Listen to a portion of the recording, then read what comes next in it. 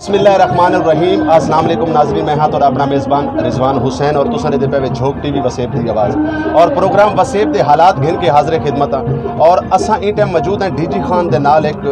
मेला लगा हुआ उतना मौजूद से और उतों जानते हैं कि जो लोग उतना मेले के काम करेंगे पे या मेले के मौजूद हैं उन्होंने लोगों के क्या तासरात हैं कि मेले लगने चाहिए या नहीं लगने चाहिए और मेले लगने के क्या फ़ायदा है क्या नुकसान है उन्होंने गाल मार करें। जी नाजरीन ने तुम मनाजर लेते पे वे मेले दे जड़ा मेला के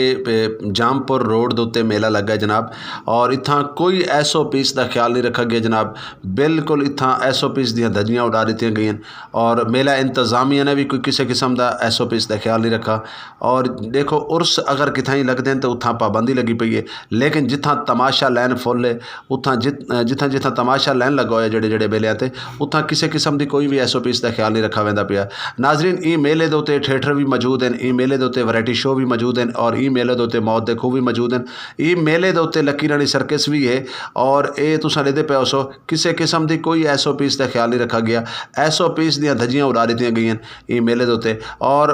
पुलिस इंतजामिया ने भी इन उत्ते किसी किस्म का कोई कंट्रोल नहीं किया। SOPs दी धज्जियां उड़ गई। जामपुर रोड डीजी खान के नाल मेला लगा हुआ कम से कम डीजी खान तो 3 किलोमीटर के फासले ते मेला है और ये तो को तमाम मनाजिर लाइव अपने TV स्क्रीन पर दिखाते पे हैं। तो साडे पे झोंक TV वसेब की आवाज़। जी नाजरीन ये है नौतक का इलाका जड़ा कि जामपुर रोड उत्ते डीजी खान तो तकरीबन 3 किलोमीटर के फासले ते नौतक मेला लगा हुआ चाहिए वैसी और ये नाजरीन तमाम मनाजिर जेडे तुसां देते पे ये हैं उन मेले दे कि जेड़े तो पता है कि ख्वाजा गुलाम फरीद सरकार दा उर्स मुबारक ते रोक दिता गया है, लेकिन इत्थां कहीं दी ऐसी जरूरत नहीं थी पई कि ई मेले को बंद किया वने या इत्थां किसी किस्म की कोई SOPs साकू नहीं नज़र आई, किसी किस्म का कोई मार्क्स नहीं। जबकि तो दसिया कि तमाम दा तमाम तमाशा लैन इत्थां मौजूद आई, चिड़ियाघर मौजूद हैं, लकी रानी सर्कस मौजूद आई और वैरायटी शो मौजूद हैं और उन तो बाद इतना ढेर सारे तमाशा जोड़ा तमाम तमाशा लैन इतना मौजूद आई, लेकिन किसी किस्म की कोई पाबंदी नहीं, कोई इतना SOPs नहीं। SOPs दी धज्जियां मिनटा सकिंटा दे उड़ा दी गई और तुसां इस सामने देख सकते हो सारे TV स्क्रीन ते तमाम मनाजिर तो लिखे पे हैं। ये हुण टाइम तो असां लिखे पे हैं चिड़ियाघर के मनाजिर, इतना भी असां तो लिखे सो कि बाहरों तो इतना लोग नज़र आसन, किसी किस्म की कोई SOPs नहीं, कोई पुछण वाला नहीं, कोई दसण वाला नहीं और यकीनन अपनी मदद आप दे तहत लोग इतना सकून दे नाल वधन। कोई ऐसी किसी किस्म की इंतजामिया की तरफों भी किसी किस्म का कोई मेले के उत्ते कंट्रोल नहीं किया गया। जिथा तमाशा लैन हो सकती है, जिथा लकी रानी सर्कस हो सकती है, जिथा